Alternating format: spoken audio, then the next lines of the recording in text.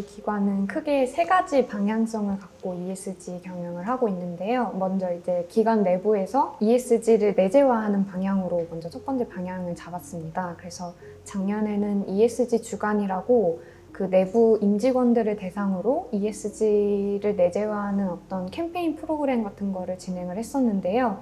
ESG에 대한 어떤 복잡한 개념을 알려주는 프로그램보다는 되게 생활에 밀접한 프로그램들로 많이 구성을 했었어요. 두 번째 방향성은 저희가 이제 문화예술 창작을 지원하는 기관이다 보니까 문화예술계 전반에 ESG라는 그런 관점을 녹아 들어갈 수 있는 그런 어떤 지원 사업에서의 뭐 방식을 조금 바꿔본다든지 아니면 뭐 창작 과정에서의 기후위기를 고려한 창작을 할 수 있도록 가이드를 마련한다든지 이런 식으로 좀 방향성을 잡아봤어요. 저희가 이제 공연예술계 창작 과정에서 어떻게 탄소 배출을 줄일 수 있는지 이런 가이드를 직접 이제 예술 현장하고 되게 여러 차례 토론을 거쳐서 만들어 놓은 그런 가이드도 한번 배포를 했었고요. 마지막으로는 이런 예술계 말고 저희 지역사회나 아니면 이제 일반 대국민 대상으로 ESG를 통해서 어떤 혜택이나 편익을 좀 누릴 수 있는 그런 식의 좀 프로그램들을 운영을 하고 있는데 특히 저희 지역상생 프로그램 중에서 이제 올해 뭐 예술로 소풍이라든지 이런 식으로 좀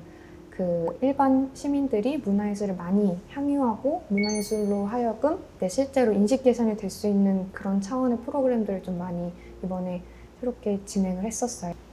저희 직원들 같은 경우에는 서울은 ESG 개념과 이제 중요성에 대해서는 대부분 인지는 하고 있어요. 다만 그걸 어떤 식으로 실천해야 될지에 대해서는 아직 막연하다라는 느낌을 갖고 있는 게 사실입니다. 가장 중요한 것이 전사적으로 기관의 의지를 보여주는 것이라고 생각을 합니다. 그러니까 우리 기관은 ESG 경영을 중요시하는구나. 이게 이제 먼저 약간 직원들에게도 내재화가 되어야 되는 것이죠. 근데 아직은 저희는 ESG 경영을 선포하거나 ESG 경영만을 위한 체계가 틀이 딱 잡혀져 있는 상태는 아니에요. 근데 작년에 저희가 재단 중장기 전략을 수립을 하면서 경영 목표를 신설을 했고 4대 경영 목표 중에 하나로 ESG 참여 확대를 설정을 했습니다. 그래서 무엇을 기준으로 ESG 참여 확대 실적을 카운팅할 것인가에 대해서 많이 고민을 했는데 저희 재단 사업을 2022년 기준으로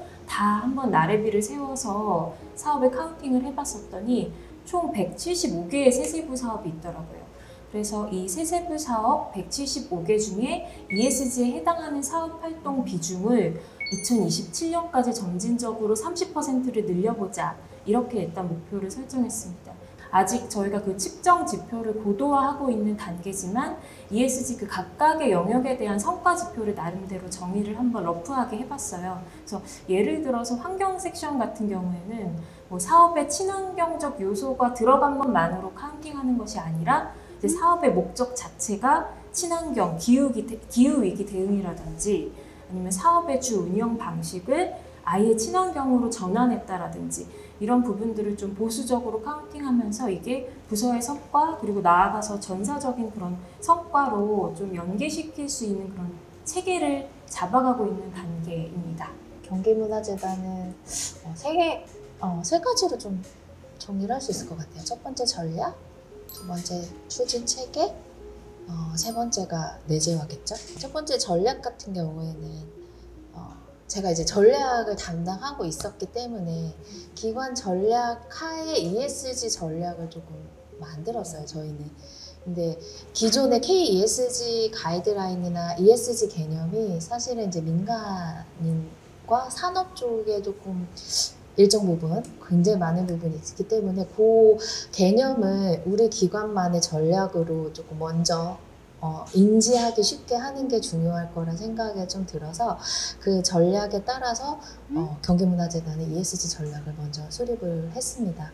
그리고 그와 맞물려서 어쨌든 사회적 ESG 경영이나 뭐 디지털이나 뭐 기타 등등의 많은 것들이 팬데믹 이후에 굉장히 이제 많이 요구되어 있기 때문에 그와 맞물려서 저희 조직 자체의 비전, 미션 체계도 다시 재정립을 하게 됐습니다. 그래서 가장 중요한 하나의 큰 전략 체계로 ESG 경영 활성화가 저희는 비전 체계에 들어가 있습니다.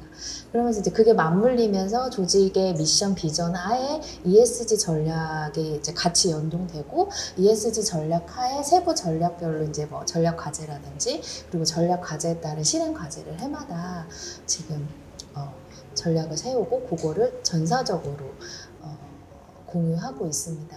전략만 있다고 해서 추진을 할 수 있는 부분이 아니기 때문에 실질적인 이제 정책의 결정권 그리고 실행할 수 있는 역할 이런 체계들이 필요하다고 저희는 좀 생각해서 첫 번째로 저희는 이제 ESG 경영 추진위원회를 구성을 했습니다. 그래서 이 구성은 이제 학계 중심이 아니라 실질적으로 문화예술 분야 관련된 이제 분야에서 일하고 있는 전문가들을 이제 추천을 받아서 구성을 했고요. 거기에는 좀 정책의 실효성을 가질 수 있게 저희 이사회에 비상임 이사도 들어가시고 환경단체 그리고 사회활동가, 인권 변호사, 이런 식으로 조금 그러니까 문화예술 기관의 역할과 활동들을 연계해서 하고 있는 분들 중심으로 구성을 했고, 그분들을 통해서 정책 자문이나 정책 저희 결정이나 이런 부분들이 이루어지고 있습니다. 그리고 실무 차원에서는 이제 실무 협의체를 구성해서 저희는 이제 재단이긴 하지만 소속기관을 같이 포함 박물관 미술관들이 있어서 부서가 하면 27개 정도 됩니다. 그래서 각 부서별 ESG 담당자나 사업 담당자들 중심으로 실무협의체를 구성해서 조직 구성원이 정책에 참여할 수 있는 역할을 할 수 있도록 이런 추진 체계들을 좀 갖추고자 지금 노력하고 있고 만들어가고 있습니다. 세 번째 이제 내재화 부분인데요. 내재화 이제 첫 번째는 교육이 있을 것 같고요. 두 번째는 사실 이제 성과평가 저희가 지표로 관리하고 있는 부분이 굉장히 컸던 것 같습니다. 그래서 단순히 이제 저희들도 직원들이 ESG를 처음 접하는 개념이기 때문에 온라인 교육이라든지 오프라인 교육이라든지 이런 것들을 제공을 했고, 두 번째는 이제 성과평가 지표로 반영을 해서 그럼 ESG별로 우리가 하고 있는 일 중에서 어떤 게 E에 해당되고 어떤 게 S에 해당되고 어떤 게 G에 해당하는지 그러니까 저희만의 가이드라인이죠. 그 부서평가 지표를 만들면서 가이드라인으로 조금 배포를 했고, 이런 것들이 E야, 요거는 S야, 요거는 G야, 이런 것들을 어쨌든 주입식이면 주입식이고 이런 식으로 좀 이제 처음에는 그렇게 시작을 했습니다. 이게 하나 둘 회 하니까 이제 직원들이나 조직에서도 ESG에 대한 개념을 이제 조금씩 알아가고 있고, 우리가 사업을 할 때 이 환경적인 부분이나 S나 이거 지배구조 같은 부분들을 고려하면서 이제 처음에는 그게 섞여 있었다면 사업에서 그거를 좀 구분하기 시작을 한 정도인 것 같아요. 저희는 2019년도에 부산문화재단 비전 2030을 수립을 했고, 당시에는 ESG까지는 저희가 반영을 하지는 못했었고, 대신에 가장 이렇게 앞서 세웠었던 거는 문화예술로 사회적 가치를 실현한다 라는 미션을 만들었었고, 사회적 가치를 실현한다는 그 큰 방향성에 대해서는 이제 조직 내부의 구성원들도 모두 공감을 하고 있고, 그리고 본인의 사업이나 업무에도 반영을 하고 계세요. 근데 이제 ESG라는 게 어떻게 보면은 공공기관들의 경영평가에 반영이 돼야 한다라는 것들이 좀 생기다 보니까 이제 저희도 제가 판단할 때는 저희도 작년에 이제 ESG 경영을 좀 도입을 해야만 하는 여건이었었던 것 같고, 사실 저는 솔직하게 말씀드리면 하기 싫었어요. 이게 너무 어려울 것 같은 거예요. 어렵고 지금 비전 2030을 제대로 이해를 하고 업무에 반영을 하고 있고, 말씀하셨던 부서의 어떤 성과 지표라든지 연계해서 잘은 하고는 계시지만 저희 같은 경우에는 그렇게 체계화가 되어 있지는 않기 때문에 그런 부분에 조금 부담은 있더라고요.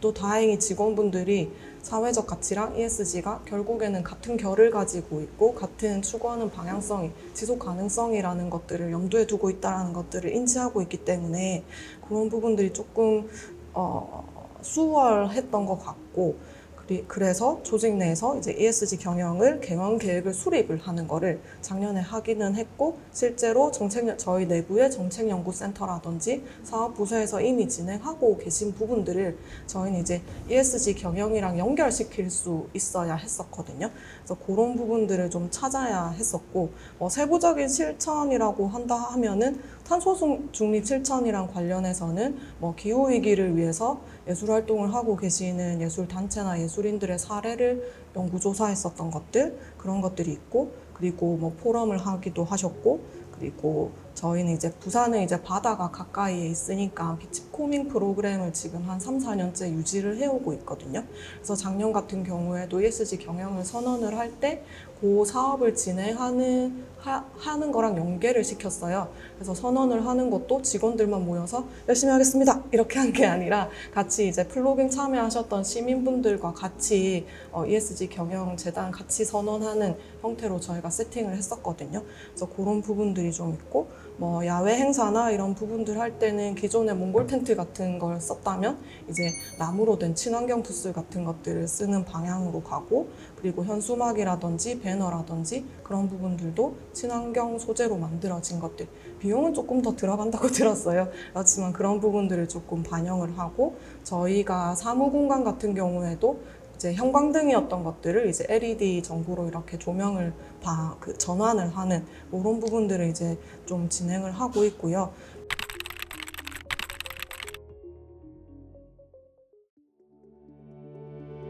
네, 저는 아무래도 ESG 워킹그룹 프로그램이 이제 가장 인상적이었는데요. 사실 이 프로그램이 작년에 처음으로 시작을 했었던 프로그램이었고, 이제 차장님께서는 참여도 해주셨었는데, 그래서 프로그램이 보면 이제 교육이 한 구성이 되어 있고, 다른 하나는 이제 워킹그룹 해서 이제 과제를 같이 수행하고 그거에 대해서 의논하면서 그 과제를 좀 발전시켜 나가는 프로그램 형태로 되어 있었는데, 이제 대부분의 참여하시는 분들이 교육보다는 그 뒤에 워킹그룹을 훨씬 더 유익했다고 하시더라고요. 그래서 이게 최초에 의도했었던 이제 서로한테서 배워가는 형식의 프로그램이 이렇게 틀리지 않은 방향이었구나 라는 생각이 들었고, 그래서 올해도 이제 두 번째 프로그램을 또 해야겠다고 생각한 계기도 그렇게 서로 피드백을 주면서 과제를 발전시켜 나가는 방향이 그냥 일방적으로 교육을 듣는 방향보다 더 의미 있고 가치 있는 결과물을 낼 수도 있겠다라는 생각이 들었어요. 그래서 올해 프로그램 같은 경우는 이제 참여 기간도 더 많이 늘리고, 그리고 작년과 달리 이제 이니셔티브 제정이라는 과업을 새롭게 만들었는데, 이제 문화예술 기관에서 ESG 경영을 앞으로 어떻게 하겠다, 공동의 선언을 통해서 이게 실제로 지켜나가질 수 있는 어떤 그런 과제들까지 한번 같이 선정을 해보자라는 프로그램을 하나 만들게 됐어요. 그래서 이제 여기 계신 분들이 다 참여를 하고 계신 상태라 제가 이 프로그램 너무 좋지 않아요? 라고 지금 말하면 약간 민망스럽지만, 이제 제가 생각했던 방향은 약간 이렇게 누가 더 잘하기 때문에 일방적으로 교육을 받는 방식에 방점을 두기보다는 이제 서로의 아이디어를 모으고 모아서 의견을 모아가지고 되게 공동의 결과물을 내는데 더 방점이 찍혀 있다, 이렇게. 저 같은 경우에는 사실 저희 3년차 ESG에서 가장 중요한 대상은 예술가와 도민, 그러니까 고객이라기보다는 내부 직원에서 내재화가 먼저 중요하다라고 생각을 했기 때문에, 그래서 이제 했던 사업들이 다 내부 고객인 임직원들이나 직원들을 위한 사업들이나 전략이나 역할들이었거든요. 그래서 개인적으로 제가 지금까지 담당해오고 있지만 전략을 수립하고 추진 체계를 만들고 성과지표를 연계하고 이런 것보다는 그런 이제 직원들의 변화 이런 것들이 굉장히 이제 개인적으로는 기억에 남고 뿌듯한 현재까지는 사업입니다. 네. 재작년에 사실 저희가 그 문화예술 분야 ESG 지속 가능 경영 가치에 입각한 어떤 그런 연구를 좀 추진을 했어요. 그 어떤 가치를 갖고 우리가 기업에게 셀링 포인트를 찾을 것이냐.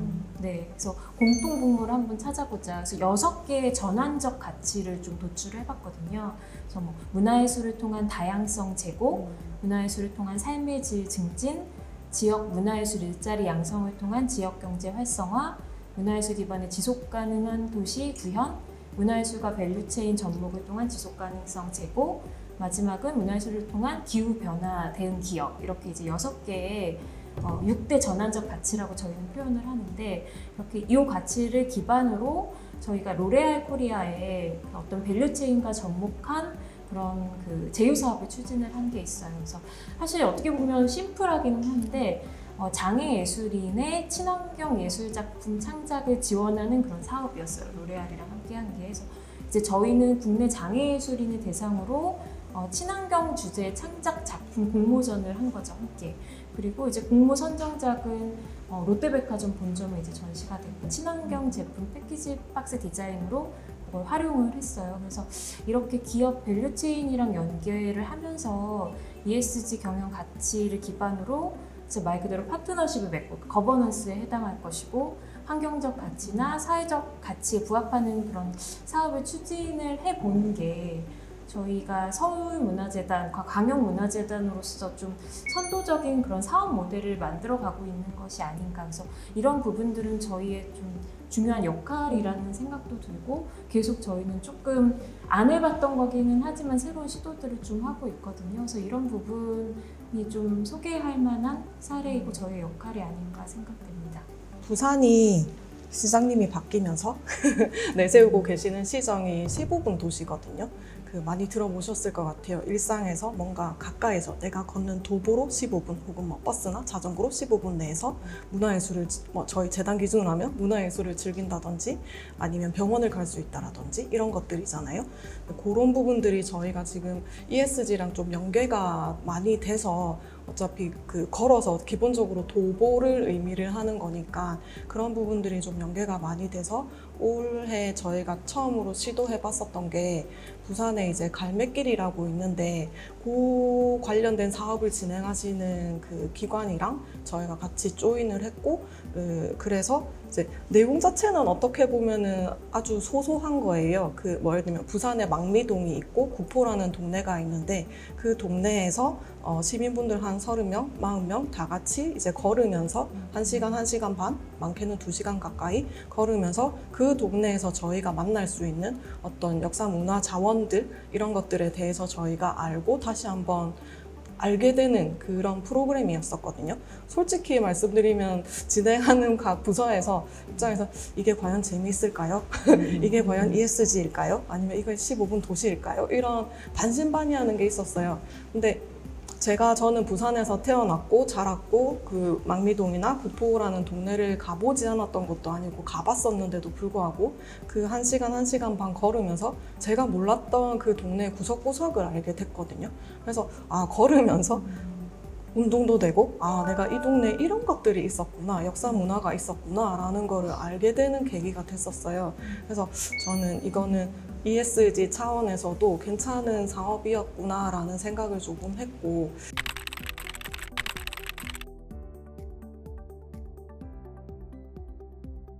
작년에 그 국립현대미술관의 어떤 그 다원 담당하시는 학예사님이랑 이제 ESG 관련해서 의논할 게 있어서 그 자리에 갔었는데, 이제 그 학예사님이 담당하시는 사업이 그 본인이 주관하는 전시와 국립현대미술관의 그 전시 전반에서 발생하는 탄소 배출량을 체크를 하고, 그게 어느 부분에서 가장 많은 탄소 배출량을 배출을 하고 어떻게 줄일 것인지 이런 거를 연구하는 작업들을 하고 계시더라고요.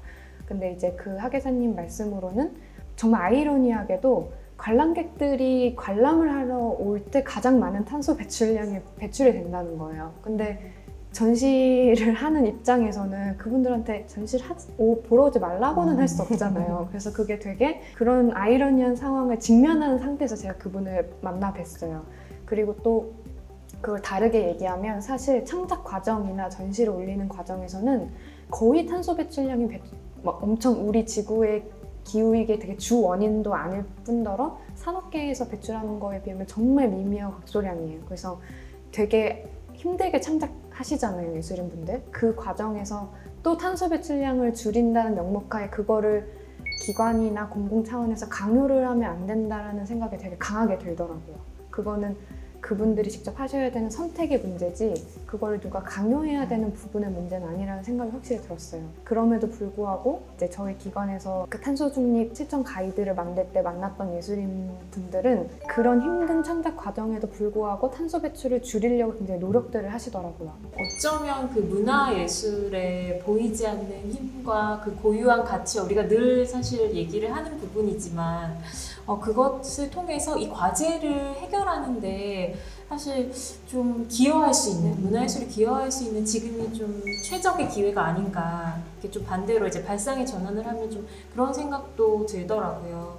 그래서 문화예술이 우리가 문화예술 업계에서 있고 문화예술인들과도 사실 그런 어떤 공통의 가치관을 갖고 있기 때문에 이 일을 할 수 있는 거잖아요. 그래서 문화예술이 진짜 가장 인간의 삶과 맞닿아 있고 또 어떤 그 인간에게 이제 정체성, 고유성, 뭐 어떤 회복성, 가능성 이런 것들을 이제 느끼게 해주는 가장 강력한 기제인데 인류의 어떻게 보면 지속 가능한 삶을 위해서 뭐 기업이든 지금 어떤 완전히 사실 인류의 삶과 어떻게 보면 정반대의 일을 하고 있는 업계도 지금 뛰어든 이 마당에 문화예술이 당연히 필요성에 대해서 같이 좀 동참하고 끌고 가야 되는 역할을 해야 되는 게 너무 당연한 게 아닌가 이런 생각도 좀 들었어요.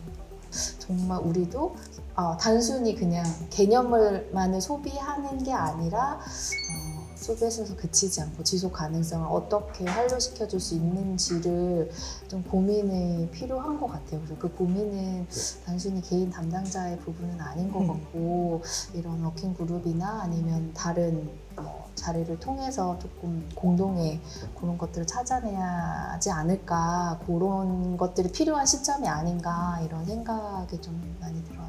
저는 가이드가 가지고 있는 좀 부정적인 것? 그거에 대한 좀 고민이 좀 있는 것 같은데, 아까도 말씀드렸지만 전 예술가나 예술단체들은 저희 기관에 있는 사람들보다 훨씬 더 많은 공부를 하고 있고 이미 옛날부터 단순히 그냥 텀블러 사용이라든지 아니면 친환경적인 부분에 있어서 이미 실천을 하고 있다고 생각을 하고 있어요. 근데 그런 분들에게 ESG 경영을 해야 한다라는 이유로 뭔가 이러한 가이드 제시도 분명히 필요하다고 생각해요. 네, 하지만 괜히 제시를 했었을 때 뭐지? 저게 이렇게 그런 반응이 있을 수도 있지 않을까? 아니면 문화재단 결국 예술인들, 단체들에게 지원을 해주는 역할을 하는데 그러한 정책이나 경영의 방침에 그분들이 맞춰서 지원서를 작성하시지는 않을까? 기관을 경영해야 하고 그거를 뒷받침하는 담당자로서의 어떤 고민도 있지만 저희는 문화재단이니까 예술가나 예술단체분들이 좀 자유롭게 창작 활동을 할 수 있는 방법은 없는가에 대한 고민도 저는 같이 되어야 된다고 생각하고, 어떻게 보면은 아까 과장님께서 말씀하셨던 균형점을 찾는 것, 그런 부분들이 저희가 가장 크게 좀 방점을 두고 일을 해야 하는 지점이 아닌가 싶어요.